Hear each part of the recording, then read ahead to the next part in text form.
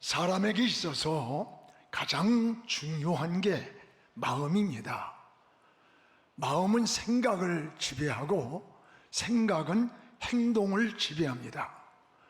그 행동에 나타난 결과는 그 뿌리가 마음에 있습니다. 예수님도 물질 문제나 정신 문제 이전에 항상 마음의 문제를 먼저 말씀하셨습니다.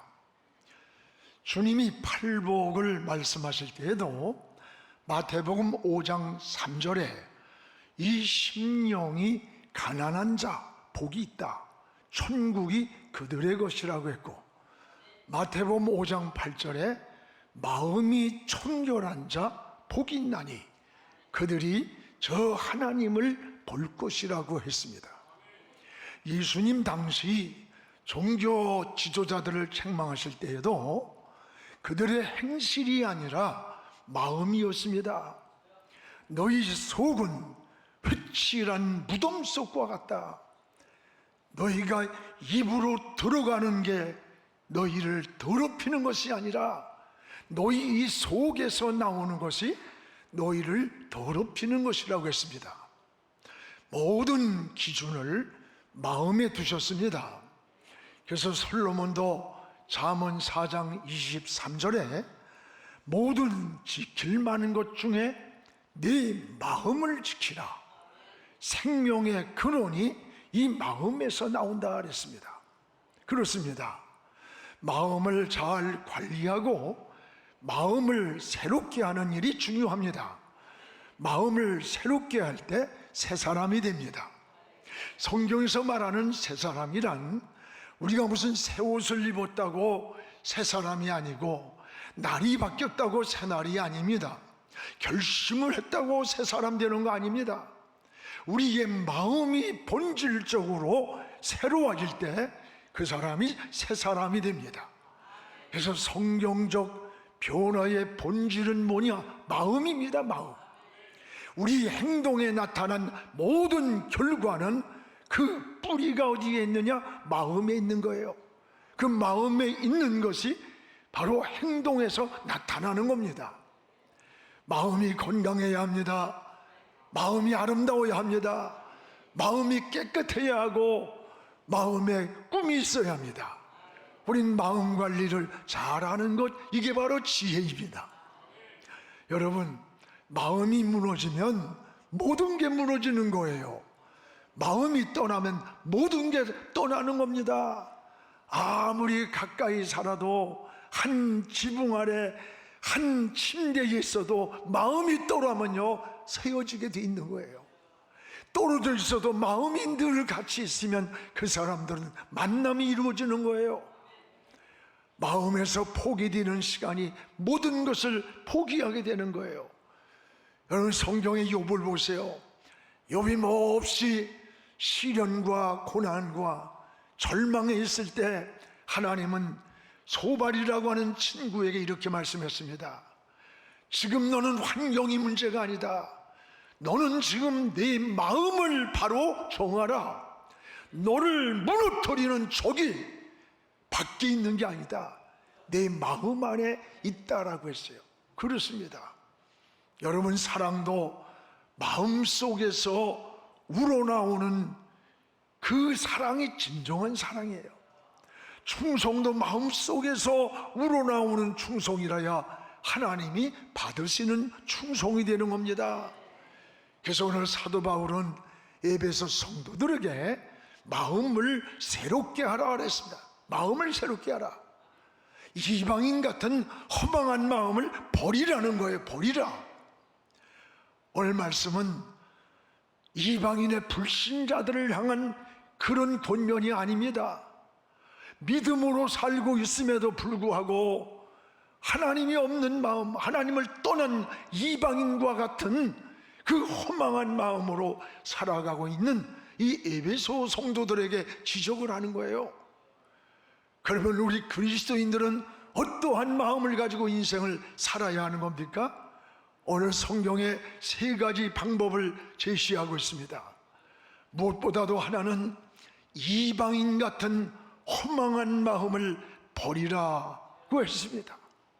오늘 17절을 함께 읽겠습니다. 그러므로 내가 이것을 말하며 또 주 안에서 증언하느니 이제부터 너희가 이방인이 그 마음에 허망한 것으로 행함같이 행하지 말라. 내가 주 안에서 너희에게 권하느니 너희가 이방인과 같이 하나님을 떠나서 허망한 마음으로 살듯이 인생을 그렇게 살지 말라는 거예요. 그러면 이방인의 허망한 마음이 어떤 마음입니까? 하나님이 없는 마음, 하나님을 떠난 마음과 생각이라는 거예요. 여러분, 마음이 진리로 채워지지 않을 때 우리의 정신세계가 허망해지는 거예요. 평안이 없고 기쁨과 안식이 없는 거예요. 바울은 이런 허망한 마음은 하나님이 없는 이방인 같은 불신자의 마음이라고 했습니다. 그렇습니다. 여러분, 사람이 허망한 마음을 가질 때 나타나는 그 반응이 뭔 줄 압니까? 무엇보다 총명이 어두워진다고 그랬어요. 오늘 28절에 같이 한번 읽겠습니다. 그들의 총명이 어두워지고 그들 가운데 있는 무지함과 그들의 마음이 굳어짐으로 말미암아 하나님의 생명에서 떠나 있도다. 이 여기에 세 가지가 나와요. 우리가 허망한 마음을 가지니까 총명이 어두워지고, 또 하나는 마음이 굳어지고 감각이 없이 굳어지고, 결국은 하나님의 생명에서 멀어지게 되더라는 거예요. 그렇습니다. 하나님을 떠나 마음이 허망해지니까 총명이 어두워지고 분별력이 없어진다는 거예요. 또 하나, 허망한 마음을 가지면 마음이 굳어진다는 거예요. 굳어진다. 여러분, 마음이 무감각해지는 걸 말하는 거예요. 은혜가 뭡니까?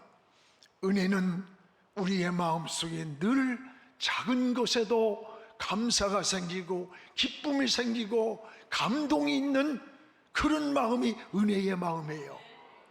어느 분이 교회 나온 지 얼마 안 되신 분이 저에게 이런 고백을 합니다. 목사님, 찬송만 불러도 내 마음이 뭉클해요. 기도만 해도 기도도 할 줄 모르는데 하나님 아버지 그러면 마치 어린아이를 품고 있는 엄마처럼 하나님이 내 기도를 다 더듬거리고 할 줄 모르는 내 소리에 귀를 기울이는 것만 같고, 목사님 설교를 들으면은 주님 생각만 해도 왜 이렇게 눈물이 나오는지 모르겠어요. 여러분, 이것이 은혜의 마음이에요. 하나님의 은혜입니다. 이것이 마음의 영적인 감동입니다. 사람이 마음이 굳어졌다는 것은 선악을 분별할 수 없이 무디어버린 거예요. 감동을 잃어버린 거예요. 우리 신앙이 오래되면 감동이 많을 것 같지만 때로는 우리의 마음이 굳어지고 있다는 것을 여러분 기억하시기 바랍니다. 20년, 30년, 40년 모태신앙으로 가면서 예배가 형식이 됩니다. 기도를 해도 찬송을 불러도 예배를 드려도 마음에 감동이 없이 굳어져 있는 이런 우리의 마음은 아닙니까? 마음이 굳어지기 때문입니다. 우리가 허망한 마음을 가지면 자연히 생명에서 멀어진다는 거예요. 굉장히 위험한 것입니다. 또 하나, 우리가 허망한 이방인 같은 마음을 가질 때 자기 자신을 방탕에다 던져버린다는 거예요. 오늘 19절에 우리 같이 읽어봅시다. 감각 없는 자가 되어 자신을 방탕에 방임하여 모든 더러운 것을 욕심에 행한다는 거예요.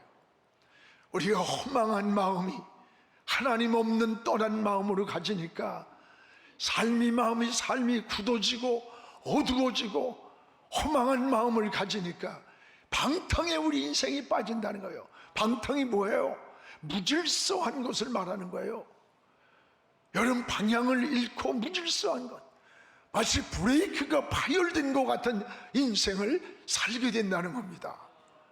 오늘 이방인들처럼 마음을 하나님께로 두지 아니하며 허망한 마음을 가질 때 나타나는 증세들을 사도 바울은 우리에게 소개하면서 방탕이라니, 방탕. 마음이 굳어진다는 거예요. 그러므로 이방인 같은 허망한 마음을 버리라는 거예요. 버리라. 그럼 우리는 어떻게 해야 됩니까? 우리 안에 진리로 채워져야 되는 거예요. 지금 여러분의 마음이 진리이신 예수 그리스도로 여러분의 마음 중심이 채워져 있습니까? 오늘 21절에 진리가 무엇인가가 아니라 진리가 누구인가가 중요한 거예요. 진리가 누구인가? 오늘 21절에 진리가 예수 안에 있다 그랬어요. 예수님이 바로 진리입니다. 예수님이 천국에 가는 길입니다. 내가 길이요 진리요 생명이니 나로 말미암지 않고는 아버지께로 올 자가 없다. 예수님이 평안입니다. 요한복음 14장 27절에 내가 너희에게 평안 주러 왔노니 내가 주는 평안은 이 세상에서 얻을 수 없는 참 평안이라 그랬어요. 또 여러분, 예수님이 인생의 해답이라 그랬어요. 사도행전 4장 12절에 천하 인간에게 구원 얻을 만한 다른 이름을 주신 일이 없다고 하는 거예요. 진리이신 예수 그리스도가 우리 마음 중심에 계실 때 허망한 마음이 사라집니다. 방탕한 삶이 지어지고 분별 없이 무디었던 마음이 깨어나는 겁니다. 그리고 안식이 있고 길이 있고 인생의 목적이 정해지고 저 영원한 소망이 나타나는 거예요. 이게 바로 하나님의 은혜인 것입니다. 사랑하는 여러분, 진리의 영으로 충만해서 오늘 하나님을 떠난 이방인 같은 이 허망한 마음, 무디운 마음, 어두워진 마음에서부터 여러분의 마음이 평안으로, 기쁨으로, 안식으로, 행복으로 채워져 가기를 주님의 이름으로 축복을 합니다. 그러면 성도는 어떻게 살아야 되느냐? 사는 방법이 있습니다. 여기에 22절에 보면 썩어져가는 구습을 버리라. 썩어져가는 구습을 버리라. 우리 같이 한번 22절을 성경을 읽겠습니다. 너희는 유혹의 욕심을 따라 썩어져가는 구습을 따르는 옛사람을 벗어버리고 유혹의 욕심을 따라 썩어져가는, 부패해가는 옛 구습, 악습관을 버리라는 거예요. 여기에 썩어져가는 구습이란 인생을 병들게 하는 악습관을 말하는 악습관. 근데 이것은 현재 분사형으로 되어 있습니다. 즉 악습관은 과거에서 멈추고 있다는 게 아니에요. 멈추는 게 아니라 현재에도 계속해서 인생을 파괴하고 부패하게 하고 썩게 만들고 있는 현재 분사라는 거예요. 과거로 끝나는 게 아니라 지금도 우리를 부패하게 썩게 만들고 있다는 거예요. 이 악습관은 무서운 겁니다. 여러분, 전과 범들의 특징이 뭔 줄 알아요? 5범, 7범을 해도 똑같은 죄로 다시 범죄를 한대요. 성범죄자는 또 성범죄로 또 구속이 되는 거예요. 소매치기는 5범, 6범을 해서 꼭 소매치기로만 범죄를 한답니다.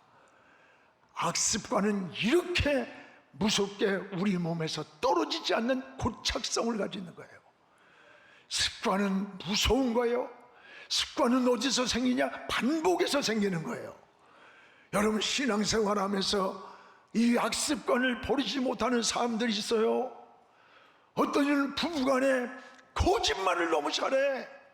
10분만 있으면 드러날 것을 거짓말을 해. 아무리 부부간이라도요, 자꾸 거짓말하면 그 신뢰가 갑니까? 사랑이 돼요, 그게?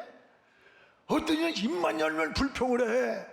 남편을, 아내를, 친구를, 직장을, 사회를 닥치는 대로 그냥 그저 불평이야, 불평. 여러분, 눈덩이를 굴리면 더 커지듯이 불평을 하면 모든 인생의 삶이 황폐하게 그냥 눈덩이처럼 생기는 거예요. 어떤 사람은 사사로운 우리 성질을 잘 내. 또 어떤 사람은 절망을 잘해.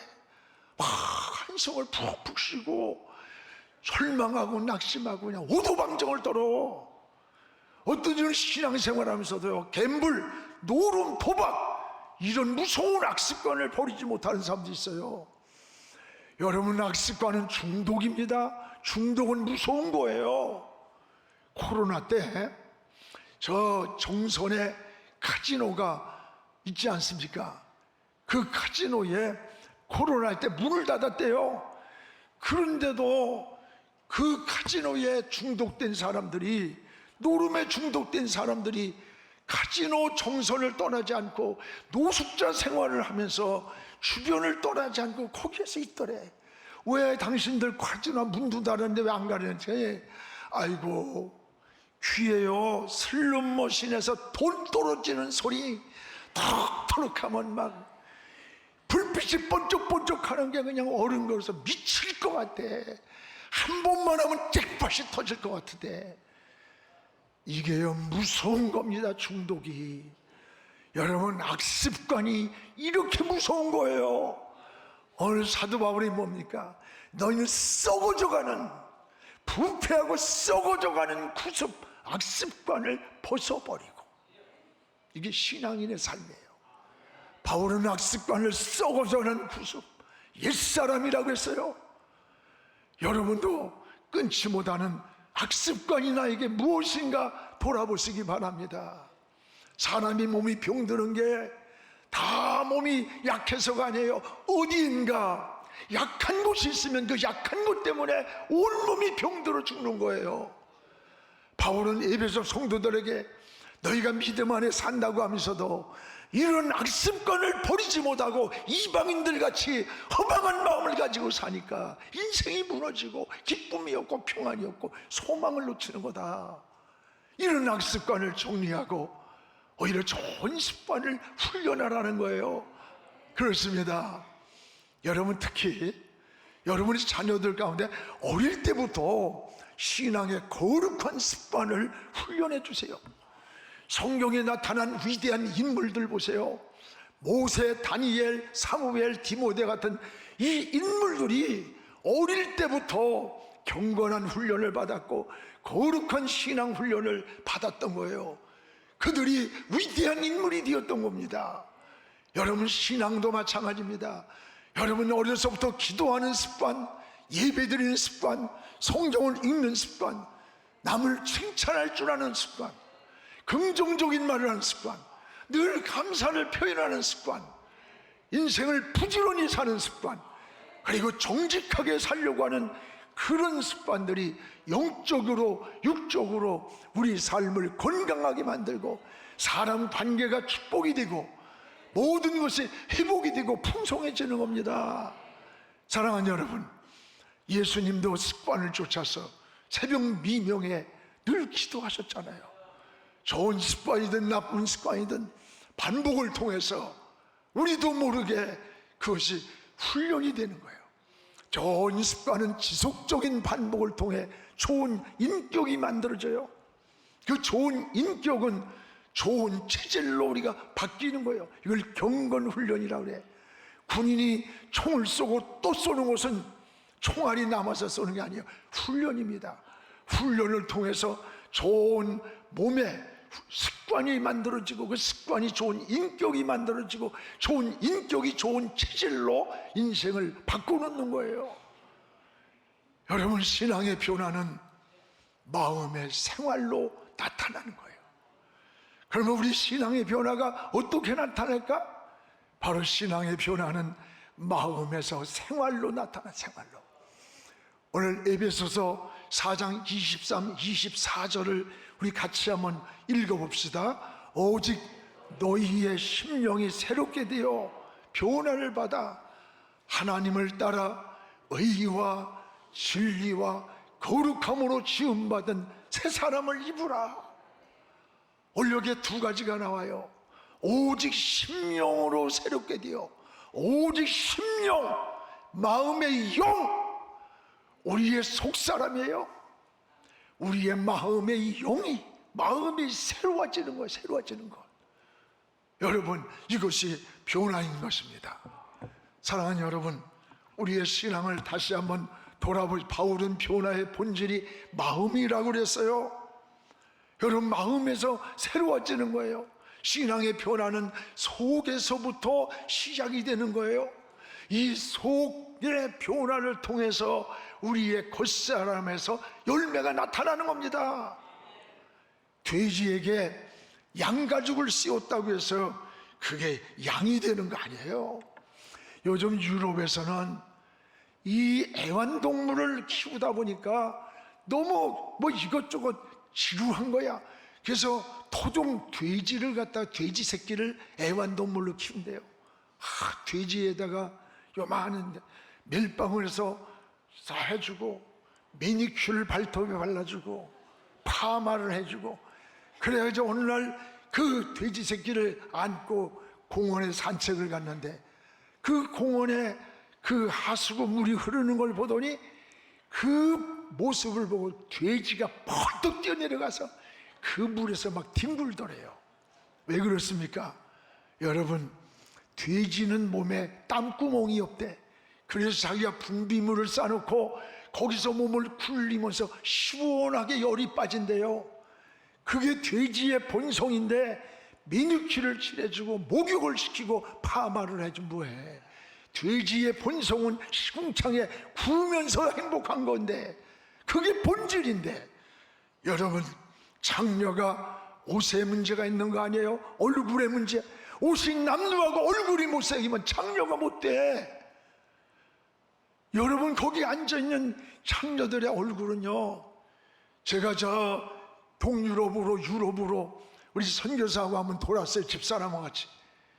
야, 거기 국경을 넘을 때마다 루마니아 그쪽으로 넘을 때 예쁜 아가씨들이 그냥 막 이러면서 손짓을 하면서 불러. 그래서 아유, 외국에서 오는 손님을 맞이하는 줄 알았어요. 그래서 내가 선교사한테, 박정조 선교사, 아니 저 누구야? 근데 옷이 너무 야하다, 다 비추고 말이야. 그랬더니 웃으면서 저 여자들 거리 여자가 뭐예요? 장녀. 외국인이 넘어오면 10유로 20유로를 받고 몸을 파는 거야. 그들의 얼굴은요, 여러분하고 때깔이 비교도 안 돼. 피부도 예쁘고요, 옷도 화려하고. 뭐가 문제예요? 마음이에요. 마음이 부패하고 마음이 병들고 마음이 썩으니까 여러분, 자기 인생의 몸을 팔면서 엔조이하고 그렇게 살아가는 거예요. 병든 마음이 문제인 거예요. 칼이 사람을 죽이는 거 아닙니다.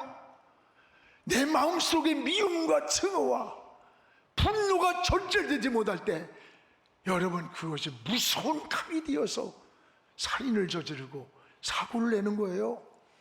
칼이 아니라 마음의 칼이에요. 오늘 여러분, 신앙의 변화가 뭡니까? 마음입니다. 마음이 새로워지기를 기도하시기를 축복합니다. 마음이 변하는 삶이 주님을 닮아가게 되는 거예요. 오늘 24절을 다시 한번 읽어보시기 바랍니다. 하나님을 따라 의와 진리의 거룩함으로 지음받은 새 사람을 입으라. 여기에 너희는 오직 심령을 새롭게 함으로 변화를 받아 하나님을 따라 의와 진리의 거룩함이라는 말은 한마디로 말하면 예수님의 마음이에요. 예수님의 성품이에요. 성령의 열매와 같은 거예요. 이런 열매가 맺어지는 거예요. 여러분, 우리가 심령이 새롭게 돼서 하나님을 따라 의와 진리의 거룩함, 예수님의 마음, 예수님의 성품, 이것이 성령의 열매입니다. 우리 교단에서 말하는 개혁주의 생명신학의 7대 운동의 열매예요. 이것을 합쳐 즙을 짜면 예수님의 성품이고 마음이에요. 우리의 신앙의 목적지는 어디냐? 예수님의 마음을 닮아가는 거예요. 이게 성숙함이에요. 예수님을 닮아가는 거예요. 할렐루야. 우리의 신앙을 다시 한번 돌아보시기 바랍니다. 성령이 우리 마음에 거하시고 예수 그리스도의 피가 우리의 영혼 속에 흐르는 자는 반드시 주님을 닮게 되어 있습니다. 여러분, 자식이 잘났든 못났든 누굴 닮아요? 부모를 닮는 게 정상이에요. 내 자녀가 이웃집 김서방이나 이서방 콧배기라도 닮았다며 심각한 거예요. 그 DNA 검사해야 돼. 큰일 나는 거예요. 나는 우리 자녀를 키우면서요, 어쩌면 크면 클수록 야, 너 어디서 배웠길래 그러냐? 좋은 거나 배우지. 아버지 아들 아닙니까? 누가 가르쳐줘서가 아니야. 이게 DNA야. 여러분, 피를 받아서 그래. 오늘 우리는 우리 몸에 누구 피가 흘러? 예수의 피가 흘러요. 우리는 예수님의 유전자를 가진 자들이에요. 우리 영혼 속엔 주님의 피가 흐르는 자들이에요. 우리는 주님의 성품을 닮아야 돼. 주님의 마음을 닮아가는 거예요. 주님이 우리의 천국에 가는 길이에요. 영원한 생명의 길이에요.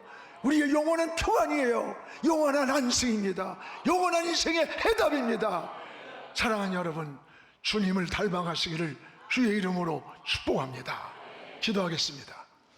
거룩하신 우리 하나님 아버지, 고맙습니다. 오늘도 하나님 아버지, 우리 신앙의 본질적인 변화는 우리의 마음임을 고백합니다. 우리의 마음에 진정한 변화를 주셔서 우리의 생활의 변화가 나타나게 하시고 열매가 되게 하여 주시기를 원합니다. 하나님, 마음이 청결한 자, 마음이 가난한 자가 하나님을 볼 것이고 천국의 사람이라고 했습니다. 오늘 우리의 심령을 날마다 새롭게 하게 하시고 우리 안에 악습관의 구습이 있다면 하나하나 끊어버리고 정리하게 하시고 예수 그리스도의 의와 진리의 거룩함을 따라 하나님 예수 그리스도의 성품과 예수 그리스도의 마음을 닮아가는 그리스도인의 삶으로 살게 하여 주시옵소서. 예수님 이름으로 기도하옵나이다. 아멘.